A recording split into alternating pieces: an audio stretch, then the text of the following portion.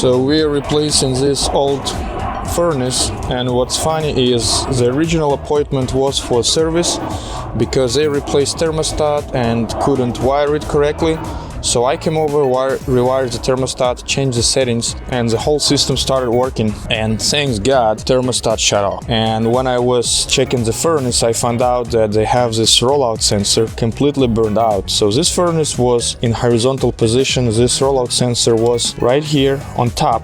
Obviously, the flame that's supposed to go inside the furnace was coming out of the furnace. That's why this rollout sensor burned out. And we as a second company here, the first guy said, you know, he saw the sensor and he said that it's fine because they have two sensors. So he said that second sensor will take care of it. And I obviously declined repairing this furnace. I said, only thing I can help you with is, you know, getting a whole new system, because the flame is getting out of the heat exchanger. You know, heat exchanger is bad. And guess what? We removed the furnace. This is what we have. Failed heat exchanger.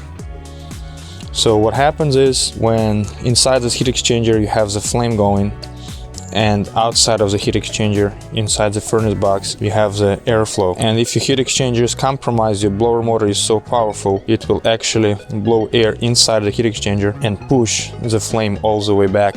It's gonna shoot out from here. And this furnace is from 1993, 30-year-old rim furnace. Heat exchanger is completely out.